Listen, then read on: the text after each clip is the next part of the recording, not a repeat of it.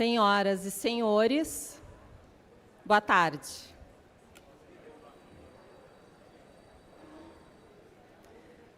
Sejam muito bem-vindos e bem-vindas ao seminário Direito Fundamental ao Trabalho Decente, Caminhos para a Erradicação do Trabalho Escravo Contemporâneo. Eu sou Marlise Giovanaz, mestre de cerimônia deste evento. Farei uma breve descrição de mim e do local. Sou servidora do TRT4, uma mulher negra de pele clara, estatura alta, cabelos crespos e compridos e com olhos e cabelos castanho escuros. Estou vestindo um vestido vermelho escuro. Estamos no salão do Grande Hotel da Londres, um espaço grande, com iluminação artificial, decorado com flores e plantas. O palco, onde me encontro ao púlpito, conta também com poltronas e mesa de centro. Ao fundo, há um telão onde está projetado o nome do seminário. À minha frente está a plateia, havendo ainda uma equipe de filmagem, representantes da imprensa e também intérprete de Libras. Os docentes também serão orientados a fazerem as suas autodescrições.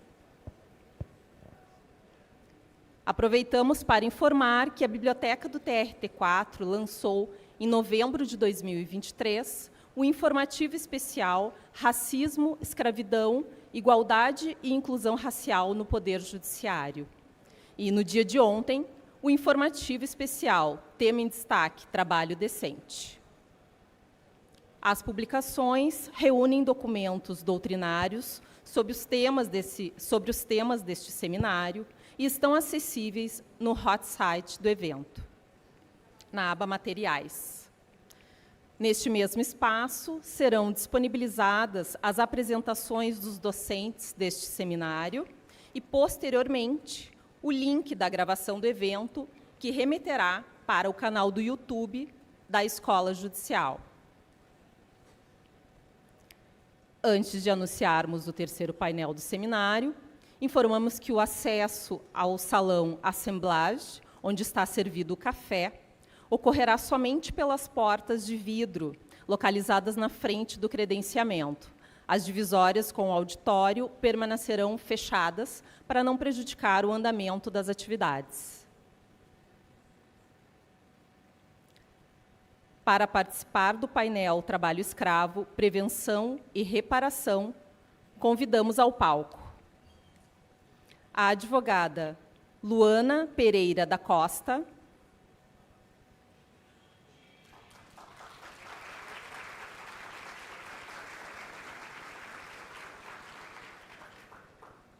o professor Vitor Araújo Figueiras,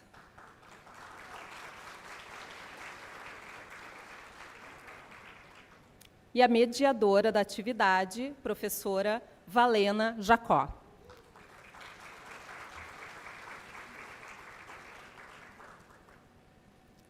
Ao final deste painel, também haverá um momento para debates.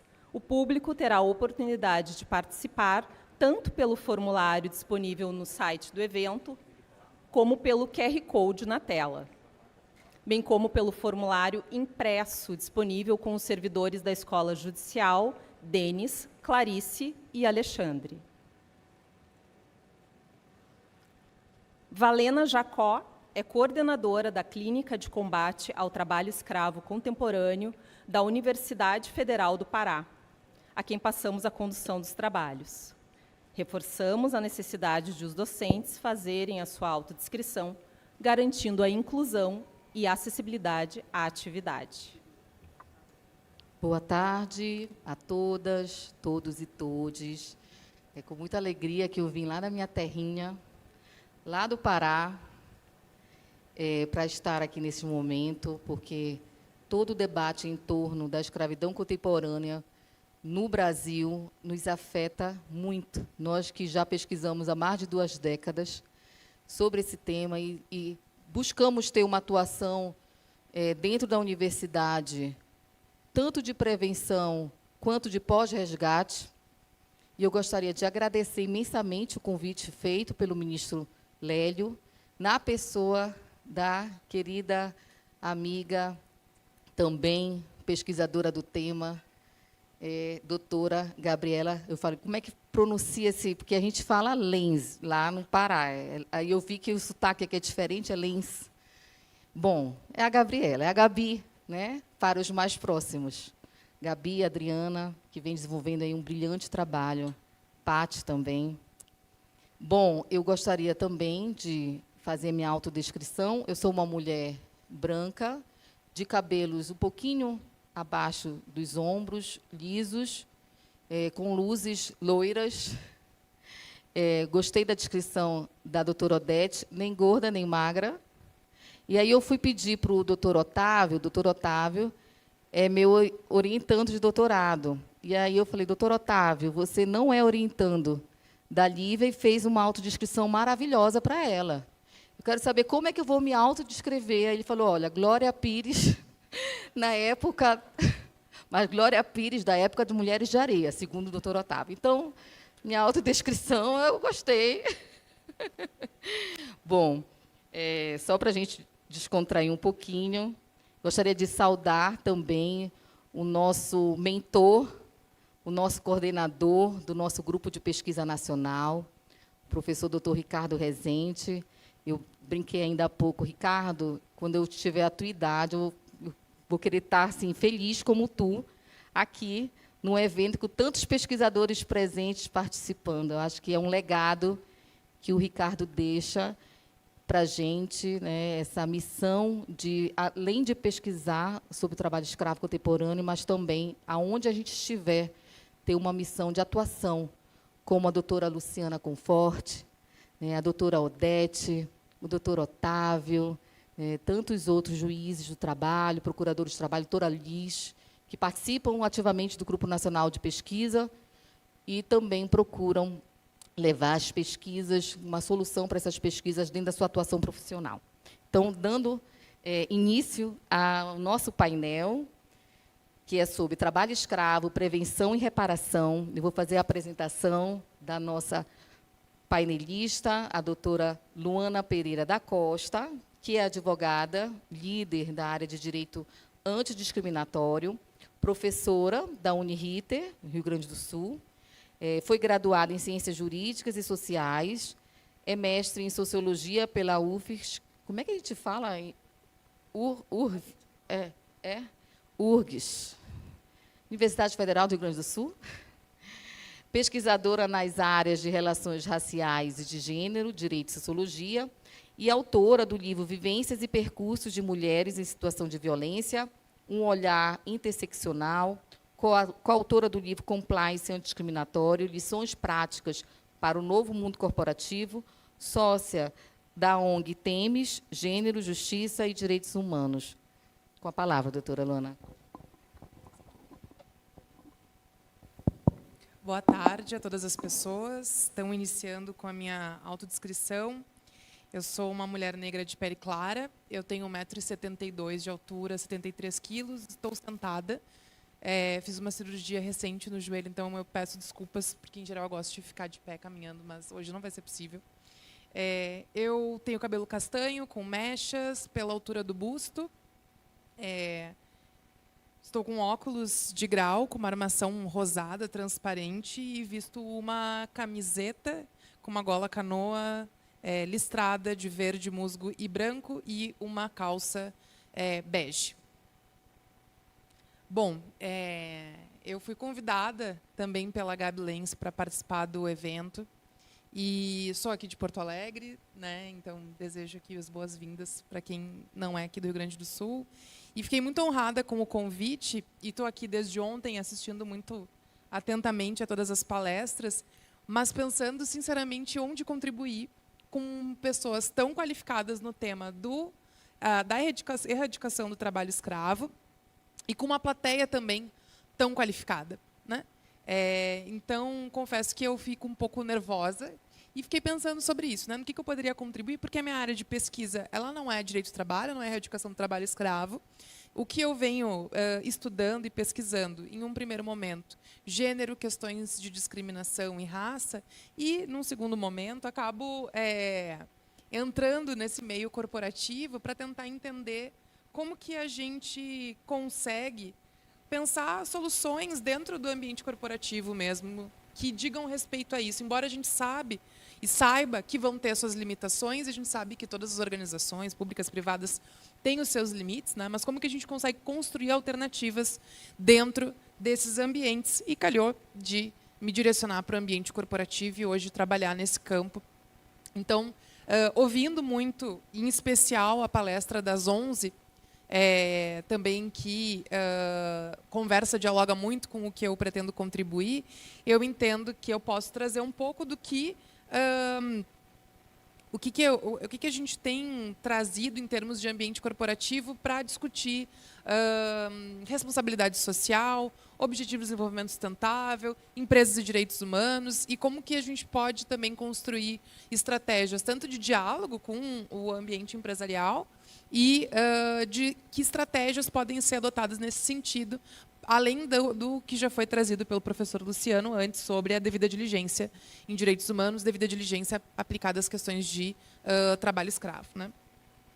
E dentro dessa perspectiva, eu acho que é importante também a gente pensar por quais motivos as empresas, não só as empresas, porque a gente também tem que ter essa devida diligência em contratos públicos também, né? Para erradicação do trabalho escravo, prevenção do trabalho escravo. Mas, pensando dentro do ambiente empresarial, qual que seriam os motivos adotados pelas empresas, ou o que motivaria as empresas a adotar alguma devida diligência, como foi trazido antes, ou incluir nos seus programas de compliance, por exemplo, a prevenção ao trabalho escravo. E aí, acho que uma primeira delas, que é a mais óbvia, já foi dita, que é a responsabilização jurídica dessas empresas, seja na qualidade de tomadoras de serviço ou, de alguma forma, se beneficiando de algum fornecedor que faz uso de trabalho escravo e que, de alguma forma, isso acaba gerando valor e lucro para essa empresa, né?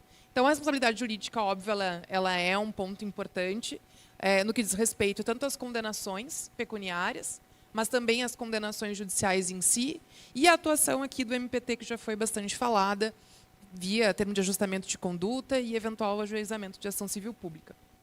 Mas, além disso, também tem algo que se fala muito no ambiente corporativo, e que aqui foi falado ontem pelo ministro Lélio, que é imagem e reputação, né? Então, a partir do momento em que a gente observou aqui, inclusive no Rio Grande do Sul, no caso que aqui ficou bastante conhecido, existe uma preocupação com a imagem e com a reputação, porque em dado a diferença entre imagem e reputação, a imagem seria aquela fotografia daquele momento, a reputação, o que se constrói ao longo do tempo, de algumas empresas que ficam atreladas ao trabalho escravo, né? Acho que se a gente aqui pensar em empresas que usam trabalho escravo, a gente vai conseguir lembrar de 2 ou 3 que a gente logo liga à utilização de trabalho escravo, né?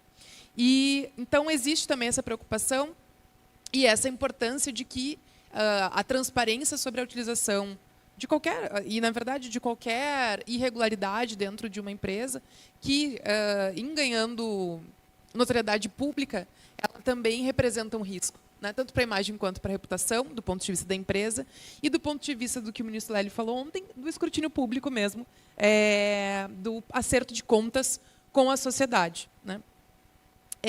Para além disso, e aí nessa era de internet também, cada vez mais a gente tem vivido boicotes às marcas, né, que impactam muitas vezes não só numa condenação pecuniária, num termo de ajustamento de conduta ou numa ACP, né, mas impactam efetivamente em perda de contratos, perda de patrocinadores, e que, apesar das suas limitações, têm movido algumas mudanças importantes e interessantes no ambiente empresarial, né.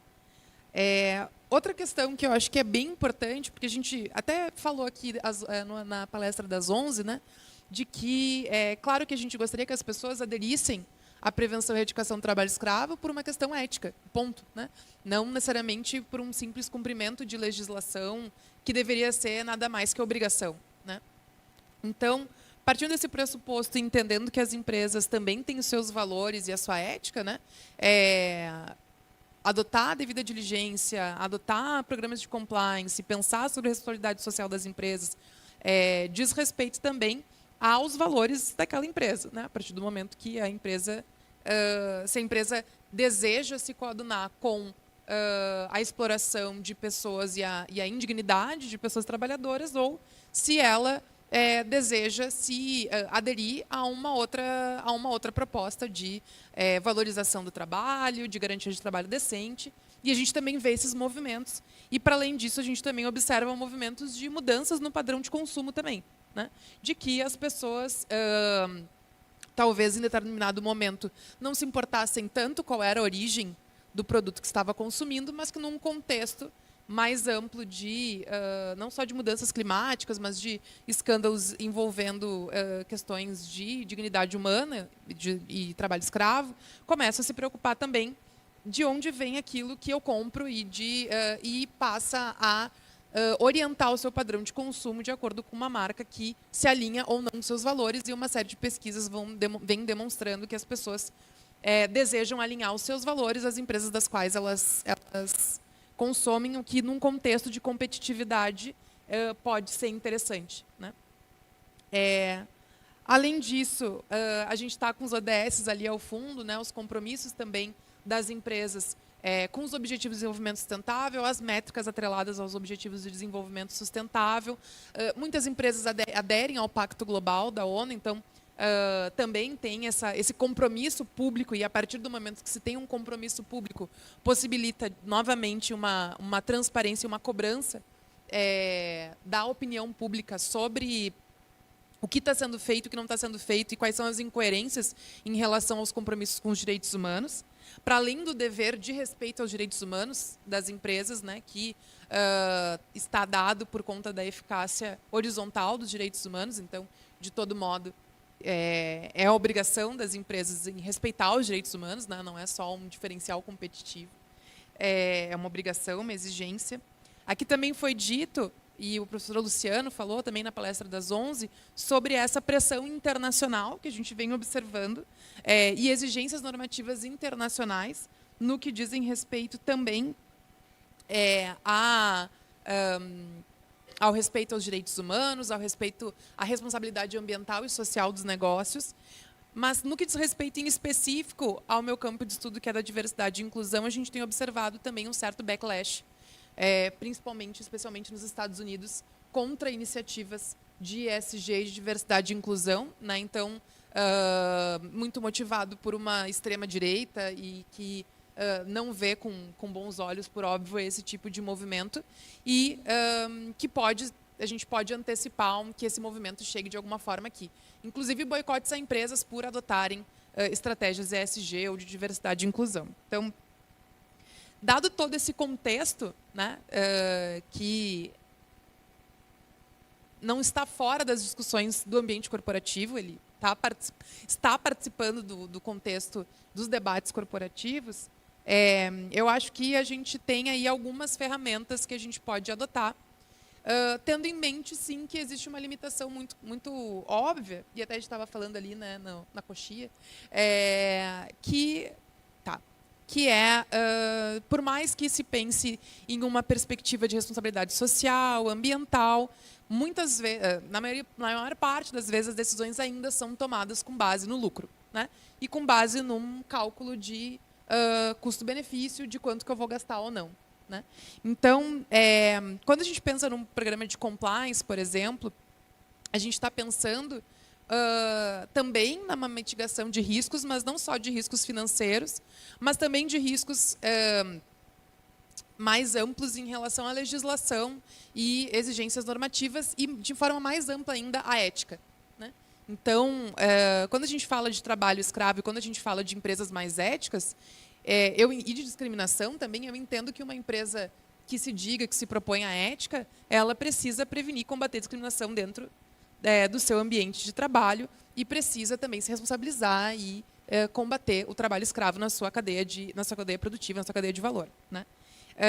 Então, eu tenho pouco tempo aqui, né, mas eu queria não sei o quanto todo mundo está ambientado com o conceito de compliance, porque às vezes eu tenho a impressão que a gente fala de compliance, ninguém explica o que é o compliance. E o compliance ele é para ser, idealmente, né, um sistema de mapeamento de riscos, né, que faça um mapeamento atrelado àquela atividade da empresa, quais são os riscos atrelados àquela atividade, que seja avaliado qual é o impacto e a probabilidade daqueles riscos acontecerem, se acontecerem, qual é o tamanho do impacto, para que se crie uma priorização e, a partir daí, se crie um plano de ação e se decida quais riscos vão ser evitados, quais riscos vão ser mitigados e quais riscos vão ser aceitos, eventualmente, né? A partir disso, de um monitoramento e uma avaliação que sejam periódicos e uma readequação, quando assim for necessário. Ao lado disso, dentro das corporações, também tem um gerenciamento de riscos de forma mais ampla, que não vai dizer respeito só à ética ou à conformidade, mas também pode dizer respeito às oportunidades, estratégias de negócio, o que foi decidido como próximos passos dentro daquele negócio, oportunidades que possa se identificar também, e também riscos aos valores daquela empresa, né? Ou seja, eu tenho como um valor que a minha empresa seja uma empresa ética, o trabalho escravo é um risco a esse meu valor também, né, interno. E esses mecanismos todos, né, eles podem ser adotados a partir de algumas ferramentas que eu não vou conseguir explicar tão aprofundadamente cada uma delas, mas trazendo mais uma visão geral, mas muito alinhado ao que foi dito na palestra que me antecedeu, né, da devida diligência. Ela é uma das ferramentas dentro de um programa de compliance, mas o programa de compliance também ele é uma das ferramentas possíveis dentro das empresas para a prevenção do trabalho escravo e também a identificação de oportunidades para a garantia de um trabalho decente, ao fim e ao cabo, né? Então, assim como a gestão de riscos, assim como o compliance, assim como estratégias ESG que possam ser adotadas, né? Que também aqui não vai dar tempo de aprofundar tanto do que seja, mas que diz respeito a uma perspectiva de que as empresas têm uma responsabilidade social e ambiental, né? Que o objetivo da empresa não é só oferir lucro, é oferir lucro, mas também com responsabilidade ambiental, responsabilidade social e atenta aos impactos de todas as pessoas que estão de alguma forma atingidas por aquela atividade, né? Então, dentro dessas ferramentas, aqui já foi dito da devida diligência. E além das questões, talvez, mais cara crachá, de documentação, de comprovação de contrato formal de trabalho, né, de fornecedores, de certidões negativas, trabalhistas, tributárias, enfim, também adotar previsões, por exemplo, contratuais de auditorias in loco, sem aviso prévio, com checklist de inspeção, também é uma possibilidade. Ter controles internos rígidos que sejam acompanhados. Aqui se falou o uso de drone, tem também possibilidade de rastreabilidade da cadeia produtiva para se entender se realmente está sendo adotado um valor de remuneração decente em toda a cadeia produtiva e como que está sendo, desde, sei lá, nas empresas de moda, né, desde o plantio do cultivo da matéria-prima até a entrega do produto final, como é que a gente consegue rastrear isso e não se perder nisso, né? Quanto código de ética para fornecedores, rompimento de contrato em caso de verificação de irregularidades desses fornecedores, né?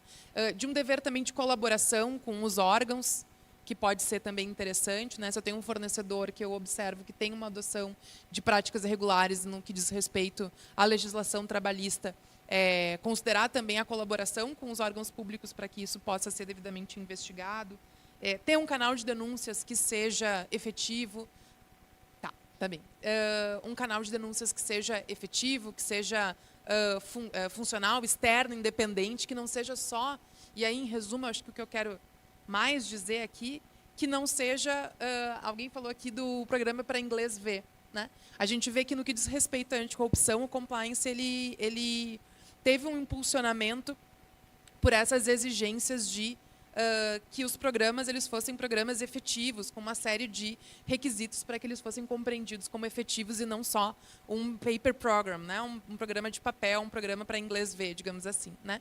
Então, que efetivamente, tanto no campo da antidiscriminação, quanto no campo da prevenção ao trabalho escravo, quanto na promoção do trabalho digno, né? Que as ferramentas sejam efetivas, que exista essa análise de riscos adequada àquela atividade daquela empresa e que as ações atreladas a essa mitigação de riscos elas sejam efetivas e monitoradas e readequadas quando necessário. E aí, para finalizar, eu acho que também é muito importante dentro desse diálogo, e aqui eu sei que está o vice-presidente da Satergs também, né, mas também foi comentado que tinham pessoas do campo corporativo também, enfim, das empresas, mas de entender isso como uma oportunidade, né? Não como, e aqui também isso foi dito, não como um impedimento aos negócios, pelo contrário, né? A promoção do trabalho digno, o combate à discriminação, a diversidade e inclusão, todos esses são temas que, ao contrário de prejudicar os negócios, beneficiam os negócios, né? Então, são mais do que riscos ou entraves legislativos, normativos, né? São oportunidades de uma construção não só de ambientes de trabalho melhores, mas, inclusive, eventualmente, com melhores performances, né? Já que para a gente trazer um argumento mais pragmático, também diz respeito a uma performance melhor de empresas em que a saúde e a felicidade dos trabalhadores ela é respeitada, né? Então, acho que é mais ou menos por aí. Meu tempo esgotou. Eu tinha separado mais algumas coisas para falar. Achava que eu não tinha nada para falar. Depois eu tinha um monte de coisa para falar. Enfim, espero que eu tenha contribuído de alguma forma aí com os debates.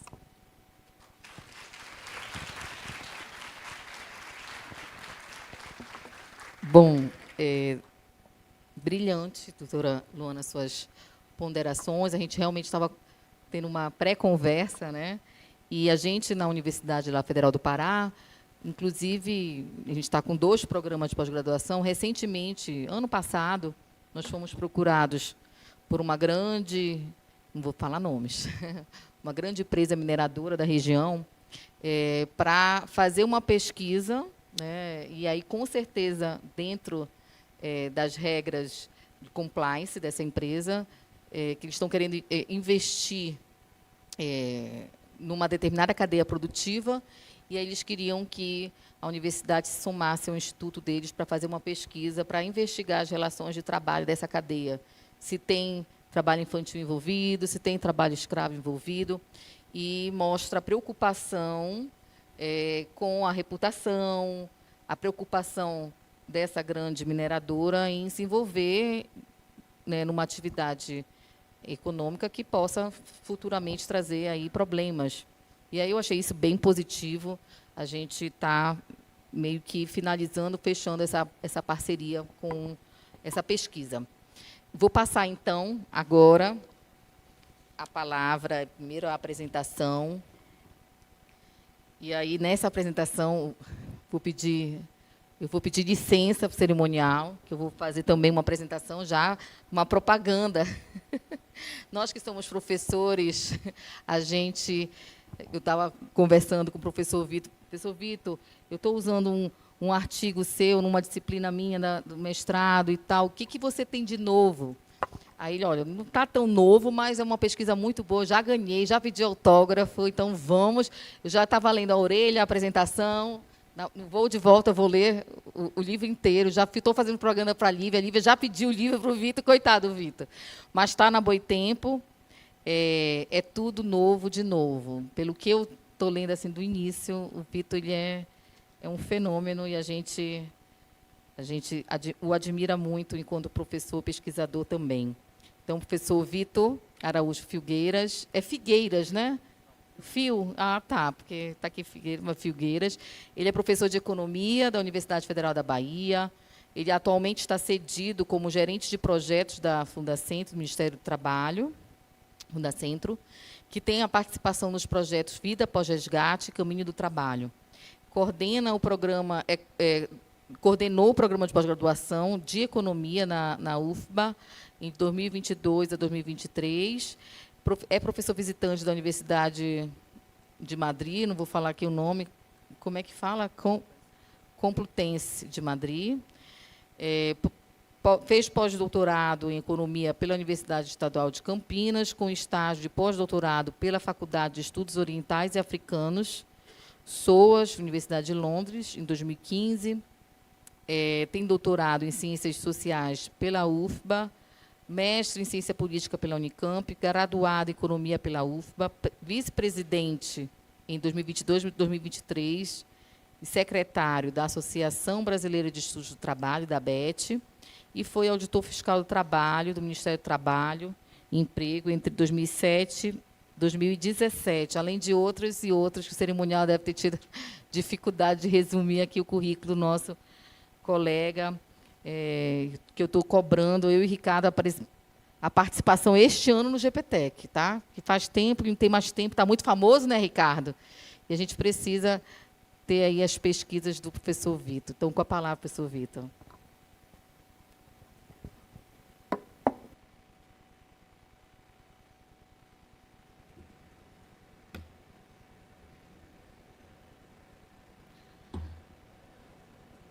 Boa tarde, pessoal.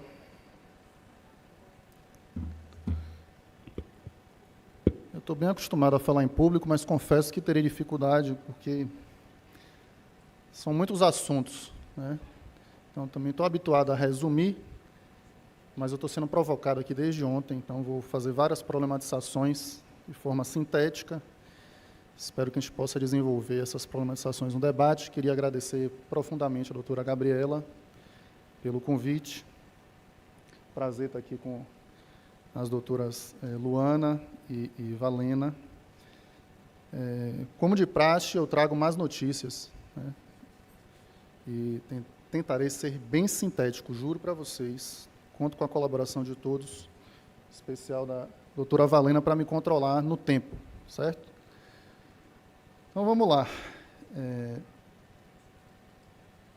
Tentando me ater, né, na medida do possível, à temática proposta, que é a relação entre prevenção e reparação, as formas extremas de exploração no Brasil, há uma notícia que eu trago, e que a gente tem que ter consciência disso, é que trabalha no análogo escravo na sociedade hierarquizada, em que as relações de produção são completamente assimétricas e movidas pela compulsão da acumulação. A acumulação compulsiva não permite a erradicação, certo? Então, doutor Expósito, não adianta fazer essa cara de assustado. Não vai ser erradicado, não nessa sociedade. Mas não se preocupem. A gente pode fazer muito para atenuar, a gente pode fazer muito para regular essa relação social compulsiva de forma a melhorar, em determinadas condições sociais de luta política, as condições de trabalho de vida das pessoas, certo? Temos que ter clareza disso, não tem nenhum maniqueísmo nisso. É outro elemento fundamental também para a gente pensar em qualquer forma de aprimoramento, doutor Luciano, da vida das pessoas. Não tem maniqueísmo. Não é porque empresas são boas, não é porque empresas são más, não é porque o empresário individual é bonzinho, é mauzinho. Não se trata disso. Existe uma relação social, existe um jogo que é jogado, como me disse a doutora Luana. No final das contas, o que vai definir é o cálculo custo-benefício. Não podemos nos iludir. Diálogo social, responsabilidade social, qualquer forma de interação e sinergia com a relação social assimétrica, que busca compulsivamente o lucro, demanda que o interlocutor tenha a perspectiva da perda do lucro. Então, ou a perspectiva da perda do lucro, do ponto de vista da regulação, do ponto de vista especificamente do tomador do serviço, pelo lado da demanda, ou ficaremos correndo como o cachorro atrás do rabo, ou jogando o jogo do contente, como acontece há décadas, e de forma cada vez mais deteriorada. A gente fazia toda a discussão, Luciana, há 20 anos atrás. As empresas que terceirizam precisam fiscalizar, precisam verificar as condições dos trabalhadores contratados através de empresas interpostas. O que é que as instituições faziam fundamentalmente para lutar contra as consequências que não são contingenciais, mas são causa e causadas pela terceirização? A disputa era, vamos imputar aquele que, de fato, comanda essa dinâmica, as responsabilidades.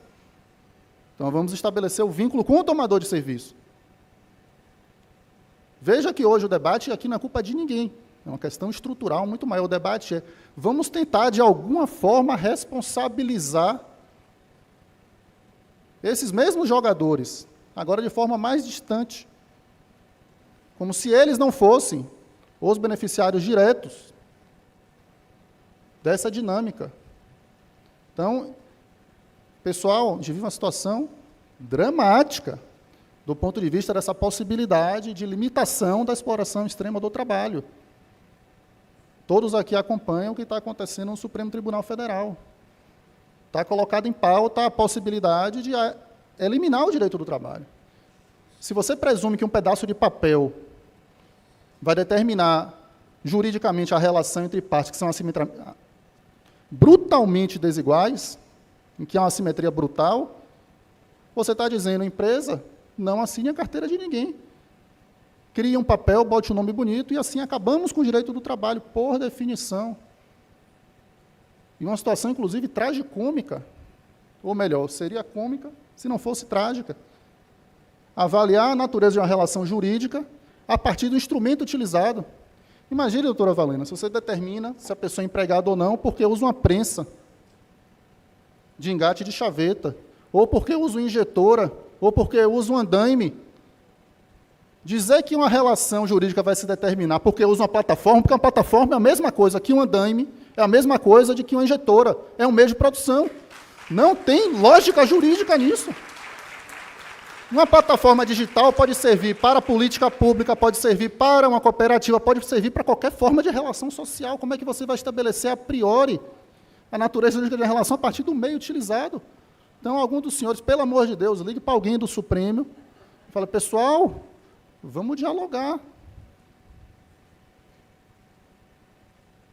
As empresas não vão se sensibilizar com esse argumento de que, talvez, se você tratar melhor seus empregados, isso vai resolver, ou vai... O jogo não é esse que a gente joga. O jogo não é esse. Não existe nenhuma controvérsia, nem nenhuma contradição entre o direito do trabalho e o capitalismo e o lucro. A perspectiva do ponto de vista estrutural é verdade, é que na medida em que a regulação se fragiliza, a concorrência se estabelece de forma espúria, numa corrida em espiral negativa para ver quem destrói mais, e nos torna estruturalmente, a literatura avança fartamente sobre isso. Vai ver a documentação de Celso Furtado, e como o processo de baixa capitalização nos cafezais provocava um elemento retroalimentador de deterioração da força de trabalho. Se você compete, reduzindo os custos, se você mantém altos lucros, com baixos custos da força de trabalho, você não tem incentivo a capitalizar o seu negócio. Pergunto para os senhores, os países com maior desenvolvimento tecnológico são aqueles com mais ou menos regulação do trabalho? Mas, porque, por definição, o aumento do custo da força de trabalho incentiva as empresas a buscar o aumento do lucro e da produtividade via inovação tecnológica. E o que acontece no Brasil, e em escala mundial, se a regulação do trabalho se fragiliza, é justamente uma disputa que se estabelece fundamentalmente a partir do rebaixamento dos custos. Mas não vai ser aqui, eu contando para vocês isso, que as empresas vão se convencer, por óbvio. Vai ser no cálculo custo-benefício. Ou eu cumpro a legislação, ou eu vou perder dinheiro. E nisso, a inspeção do trabalho tem um papel fundamental, o Ministério Público tem um papel fundamental, e a Justiça do Trabalho tem um papel fundamental. Então, temos dois grandes eixos possíveis de atenuação, infelizmente não de erradicação, de formas extremas de exploração, que são a regulação da demanda da força de trabalho. Eu já peço desculpa, que eu fiz aqui, eu tentei ser disciplinado, vocês viram que eu nem olhei para o papel ainda, né? Isso é uma má notícia, juro que eu vou me manter nos 15 minutos, pode interromper que eu continuo nas perguntas. Então, você pode atenuar regulando a demanda da força de trabalho. Quem é que demanda a força de trabalho? A empresa. Então, essa regulação, quanto mais dura foi na história do capitalismo, melhores condições de trabalho tivemos. E temos experiências excepcionais, como estado de bem-estar social.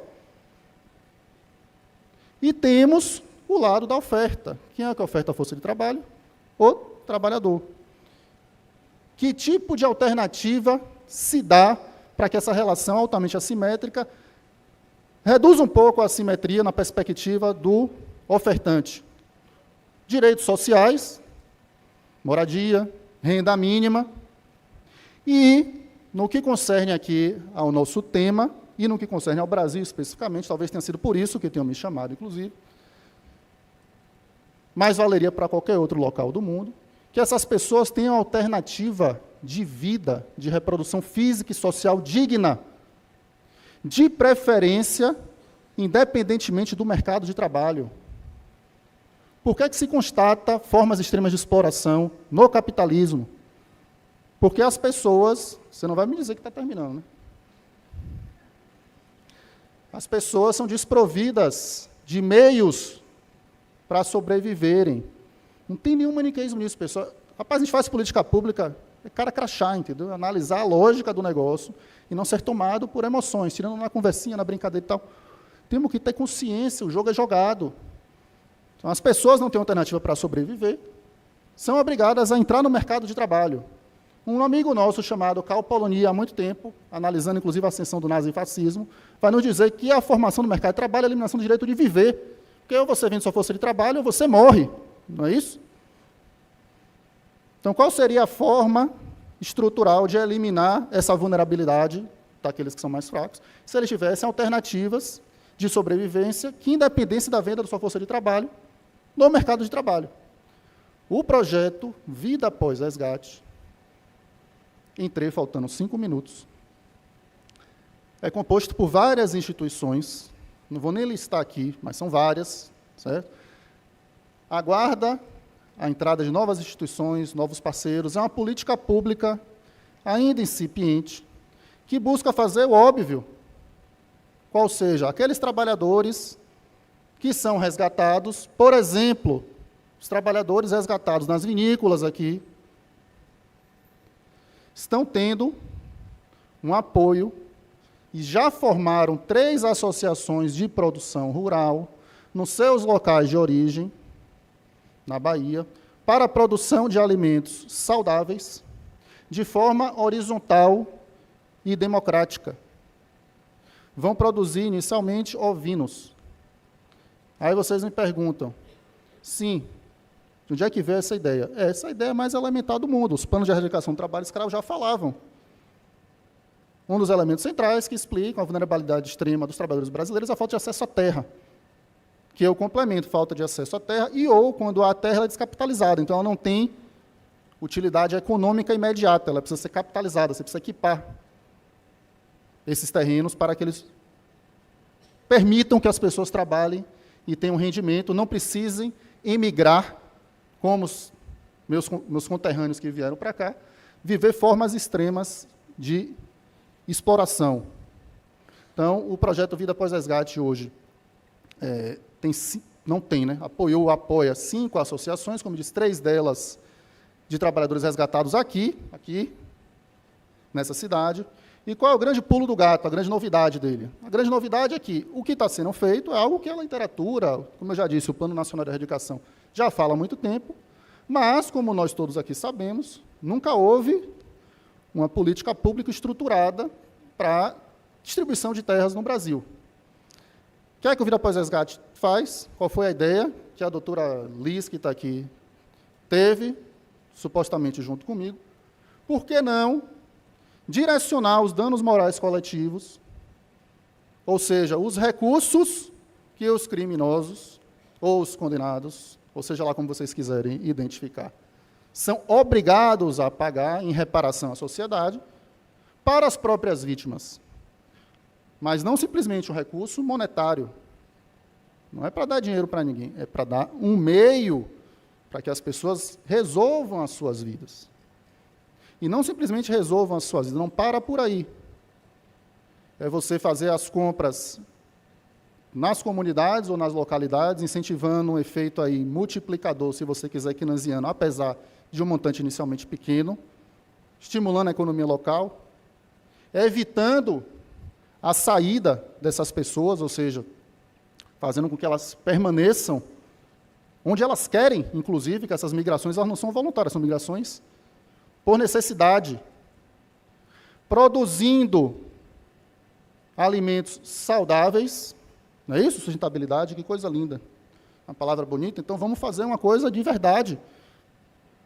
Para o fornecimento em mercados institucionais de preferência, a alimentação das escolas, né? A merenda do pessoal no recreio. Então, o Vida Após Resgate, atualmente, ele é composto de uma estrutura mais ou menos complexa, envolve prefeitura, governo, Ministério do Trabalho, Ministério Público do Trabalho, a Justiça, o SEBRAE, e pretende, né, doutor Expósito, ser uma alternativa para todos os casos de resgate. Ou seja, sempre que houver um resgate, os trabalhadores serem entrevistados no sentido, primeiro, da pertinência do caso, se é viável, se eles têm interesse, qual seria o background. Por exemplo, os trabalhadores aqui que foram resgatados nas vinícolas, eles vão produzir ovinos, não é porque ninguém inventou. Ninguém no projeto tirou isso da cabeça, é porque já existe uma tradição no local, tem todo um elemento aí sociofísico, inclusive, em relação às condições climáticas do terreno, e eles têm um background, vários deles, de produção desses animais. Então, a ideia, de fato, aqui utilizando, muita gente fala, né, que como é atribuída aqui naquela de Galeano, né, todo mundo atribui para todo mundo. A hipocrisia é o vício, cujo vício paga a virtude. O empreendedorismo é uma hipocrisia, por definição, que as pessoas, primeiro, não têm um recurso para empreender, e, segundo, no capitalismo, não se empreende, de fato, individualmente. Qualquer empresa, por definição, ela é forte porque ela, encerrando, é capaz de mobilizar o trabalho coletivamente, apesar de ser um trabalho mobilizado de forma ditatorial. Quem manda tem que obedecer. Então, o empreendedorismo que a gente está tentando aqui estimular é com recurso, não é faz de conta, e é com a mobilização social e coletiva de forma democrática e não despótica. Fico à disposição para tirar mais dúvidas e não li o meu negócio. Um abraço.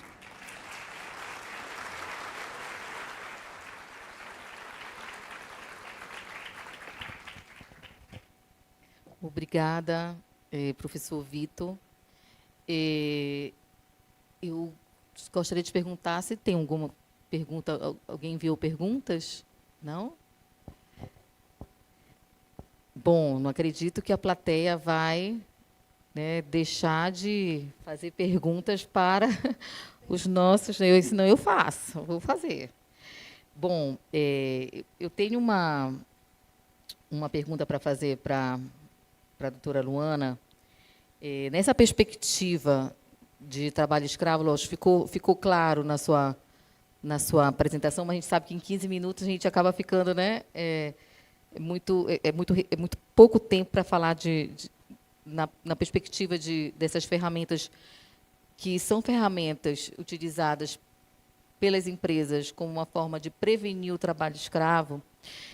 Existe uma possibilidade, por exemplo, de se impor diante de um resgate, uma operação de resgate de trabalho escravo, o Ministério Público, dentro de uma negociação.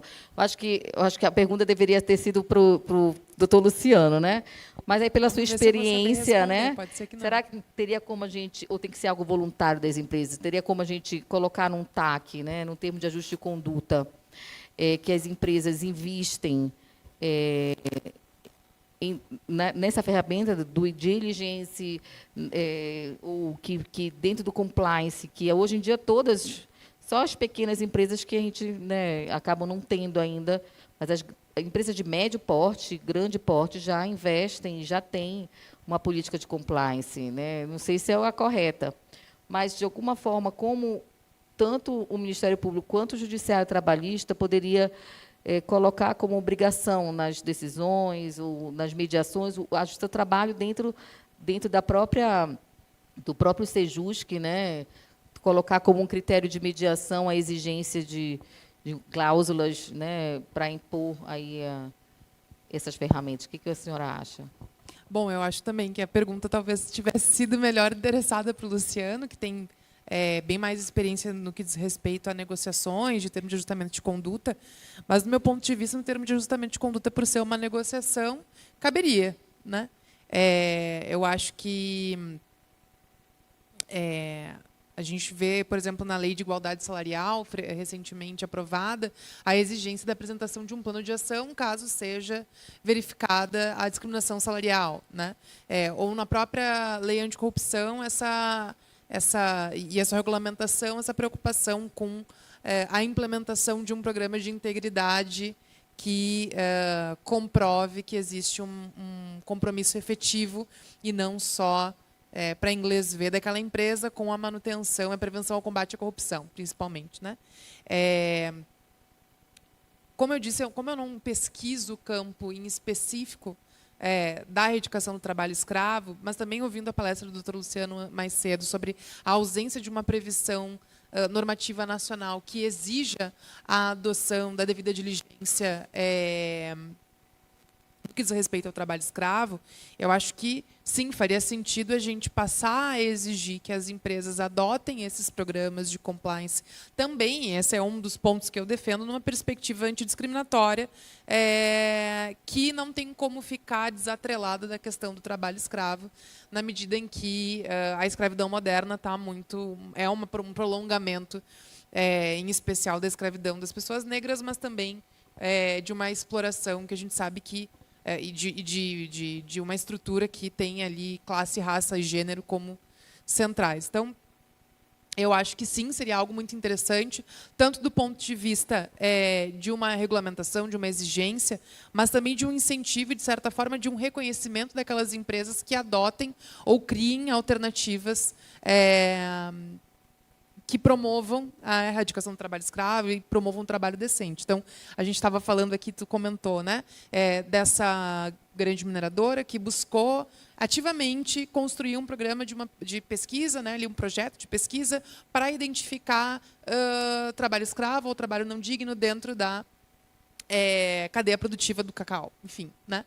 E a gente tem também alguns movimentos empresariais, de algumas empresas mais específicas em relação a, por exemplo, a remuneração decente, remuneração justa, né?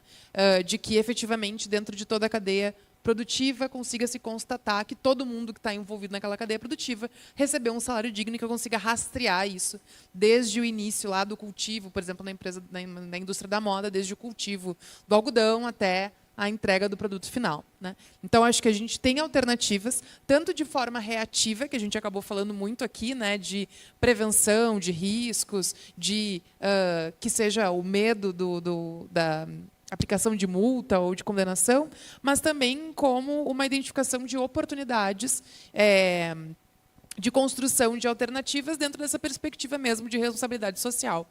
Eu falei aqui e mantenho, né, essa questão de que, efetivamente, ao fim e ao cabo, a maior parte das decisões vão ser tomadas com base nessa relação custo-benefício, mas eu também quero acreditar que a gente, como sociedade, pode construir uma perspectiva de responsabilidade social, de ética, de remuneração decente, enfim, né, e entender isso como um dever, né, e não só como um atendimento à legislação.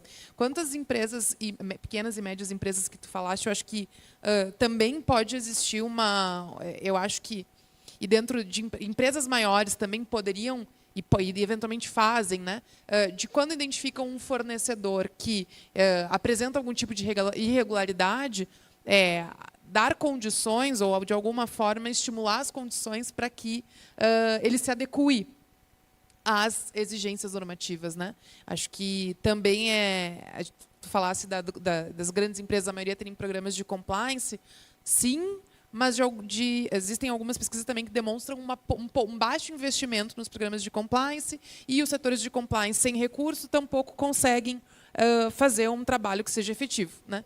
E quanto menos isso representa um risco para as empresas, obviamente, menos recurso o setor de compliance vai ter, menos recurso, por exemplo, como eu comentei do backlash nos Estados Unidos, da diversidade e inclusão. As empresas, agora que, digamos assim, passou a onda da diversidade e inclusão, tendem a reduzir o seu investimento de diversidade e inclusão, e isso nos Estados Unidos já está se comprovando como uma tendência de demissão de pessoas responsáveis por setores de diversidade, inclusão e equidade dentro das empresas. Então, também tem isso que é, de novo, um cálculo muito racional, principalmente do lucro, né? De como que vai definir isso. Mas, enfim, é por aí, acho. Obrigada. Agora é uma pergunta, mas eu tenho a minha também. Vou passar aqui para o professor Vitor responder a Jéssica Miranda Pinheiro, que também é do Instituto Temis, Gênero, Justiça e Direitos Humanos. A pergunta é, no caso do trabalho doméstico, que é uma atividade em que, erroneamente, não se reconhece legalmente nem socialmente que gera lucro, além de ser um trabalho atomizado, o que dificulta uma organização coletiva.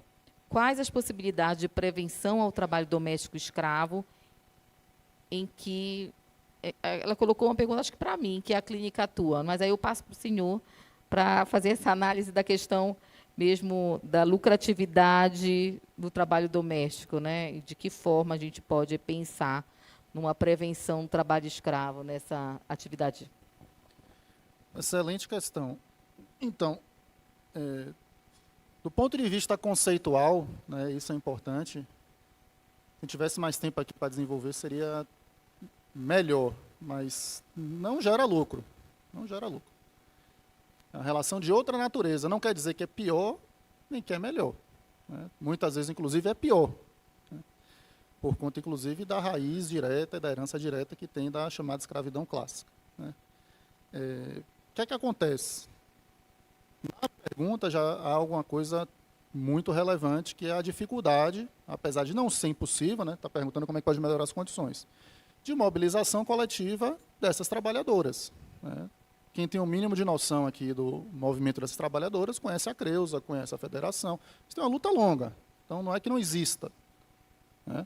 Isso vale para qualquer categoria de trabalhador. Né? Você tem elementos objetivos que podem tornar mais complexo ou mais fácil a associação. Né? Por exemplo, a questão física, está numa fábrica cheia de gente, é mais fácil, em tese, você reunir.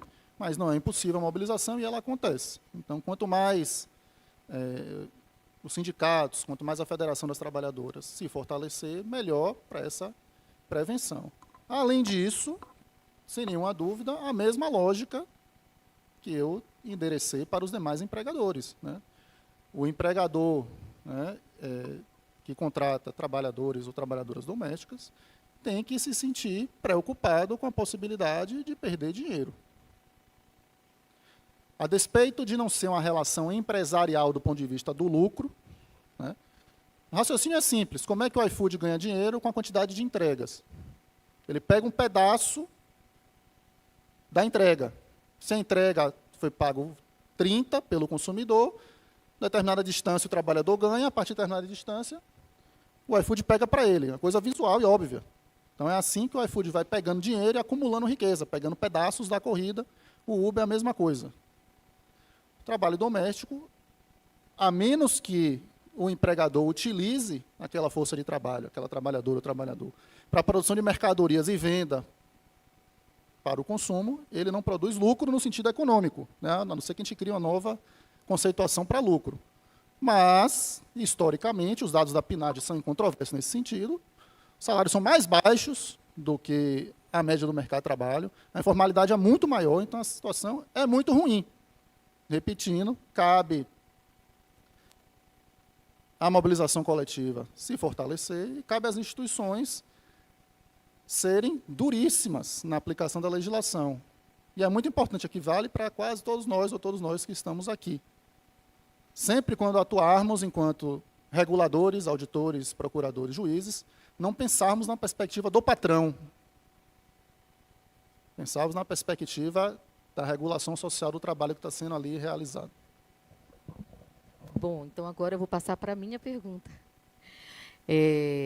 A gente vem acompanhando, Vitor, tanto a nossa clínica, a clínica da UFMG, o GPTEC, uma grande dificuldade de interpretação, que foi o que a Lívia falou um pouquinho na palestra dela, do conceito de trabalho escravo, do conceito da escravidão contemporânea, uma interpretação do judiciário como um todo, todas as instâncias.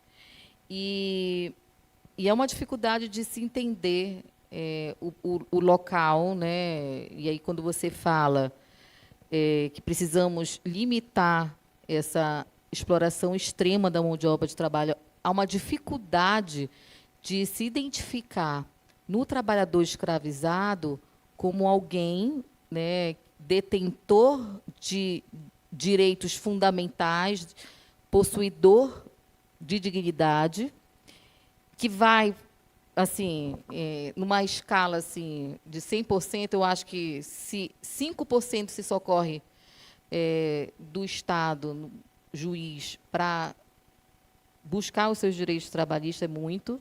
A maioria não tem acesso, a própria vida, principalmente os trabalhadores rurais lá do meu estado, as varas do trabalho existem, não são em todos os municípios, quem dera se tivesse, e as distâncias são enormes, e eles não conseguem socorrer, por isso que o TRT da 8ª Região está com um brilhante trabalho, até o nosso desembargador aqui, o professor Francisco, eu chamo professor porque ele também é professor da universidade, o doutor Francisco Sérgio Rocha, em implementar, em aumentar a justiça itinerante, que eu acho que esse é um dos caminhos. A gente recebeu até um calendário de justiça itinerante para chegar mais próximo desse trabalhador, mas a gente vê uma dificuldade nas decisões, tanto criminais quanto trabalhistas, de entender o que é o trabalho escravo a partir dessa sua reflexão da exploração extrema da mão de obra. E aí, uma dificuldade de olhar para as fotos que a professora Lívia colocou e que o senhor viu presencialmente nas fiscalizações como um direito do trabalhador não ser humilhado, porque a partir do momento que eu analiso a dignidade desse trabalhador quanto o direito dele não ser humilhado, eu posso muito bem ver em qualquer cenário, qualquer relação de trabalho, um trabalhador, se ele está sendo humilhado ou se ele não está sendo humilhado. Então, se ele está sendo humilhado, a dignidade dele está sendo aviltada. Isso não é um conceito meu, é um conceito, né, de um filósofo alemão, que também está sendo muito bem utilizado por um professor, um filósofo nosso, do professor Saulo Matos. Eu queria te ouvir um pouquinho, na tua experiência enquanto pesquisador e também enquanto ex-auditor fiscal do trabalho, se é que a gente pode ser um dia ex-auditor fiscal, acho que fica sempre no sangue, né? Só para esclarecer aqui, eu te responder o que... Se é que eu discuto o conceito de degradância, é isso? Então, um elemento central aqui dessa nossa história aqui já não é curta, né? Alguns aqui já estão há 20 anos ou mais nessa labuta contra as formas extremas de exploração, é o fato de que a nossa legislação, de forma brilhante, né, prevê explicitamente que a pessoa não precisa estar tomando porrada para ser considerada submetida a condições análogas à escravidão. Inclusive, o próprio conceito é muito inteligente, porque ele não fala escravidão literalmente. Tem todo um debate sobre isso, mas do ponto de vista político, a consequência é simples. Se você equivale os conceitos, Cátia Abreu, como fez muitas vezes no Senado, vai dizer, mas não estava amarrado, mas não estava tomando chicotada, portanto, não é escravo. A afirmação para a qual a resposta é muito simples, exatamente, o crime não é esse. O crime é submeter a condições análogas à escravidão. O que é a condição análoga à escravidão? Aqui já vimos, professor Ricardo, em muitas e muitas situações, no Brasil e no mundo, pessoas dormindo em cima de cocô de animais, pessoas sendo transportadas junto com os animais, pessoas fazendo suas necessidades no mato, pessoas passando fome, e toda uma miríade de possibilidades que qualquer ser humano, com empatia em relação a outra pessoa da sua mesma espécie, se choca e pode ser comparado, concluindo, porque semelhante, se não pior, às formas empiricamente constatadas no século XIX. Nossa amiga da Unesp, Maria Silveira, tem uma pesquisa famosíssima, o professor Ricardo conhece, demonstrando como a vida útil, no sentido de força de trabalho, de um cortador de cana, na segunda metade do século XIX, um escravo clássico, enquanto propriedade, era maior do que a vida útil no cortador de cana no Oeste Paulista, na década de 90. Então, concretamente, você pode comparar e ver com a situação análoga, eventualmente pior. Inclusive porque, já diriam muitos autores, a escravidão clássica, o ser humano enquanto propriedade é um capital fixo ali investido que não pode ser destruído rapidamente na perspectiva do proprietário, enquanto que hoje o trabalhador, em geral, é facilmente trocado, né? Como é que se diz? Descartado, obrigado.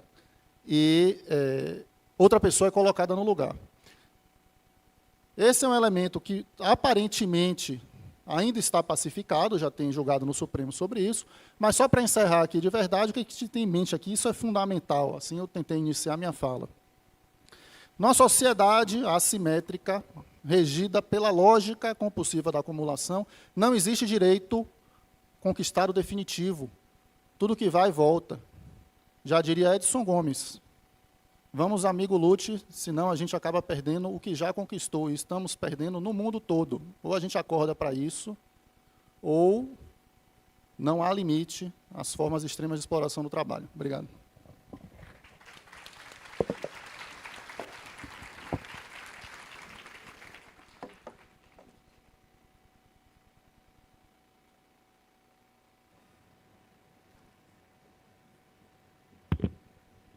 Eu gostaria de chamar o excelentíssimo desembargador Manuel Cid Jardon para fazer um comunicado.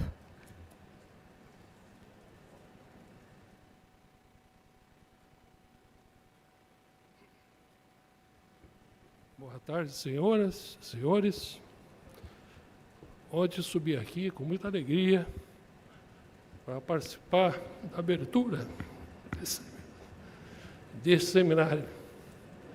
E agora há pouco, recebo a notícia de uma servidora exemplar desse tribunal, que trabalhou comigo desde 1993 a 2000, e recebo a notícia do seu falecimento, estando em férias, vindo de uma feliz viagem dos Estados Unidos. Me perdoe, mas estou triste. Muito triste. Simone Viana trabalhou comigo desde Sapiranga, ano 93, na terceira vara de Sapiranga. Foi minha diretora, foi minha assistente, foi minha assessora, pessoa muito amável e querida. É muito difícil dar essa notícia. Me perdoe pela triste notícia.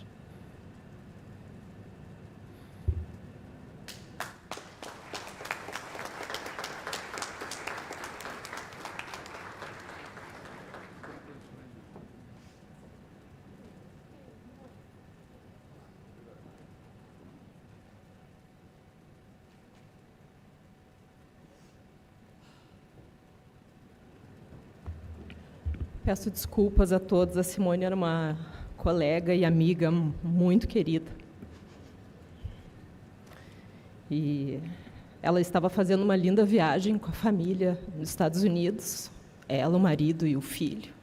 E agora, retornando, ela teve um mal súbito no aeroporto e faleceu.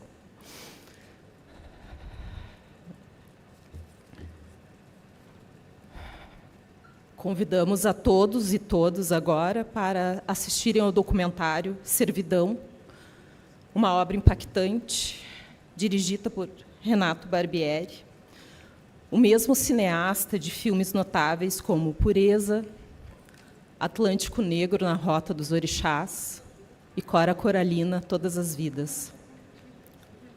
O longa tem 82 minutos de duração, co-direção de Neto Borges, envolvente narração de Negra Lee e participações especiais de Marinaldo Soares e Leonardo Sakamoto.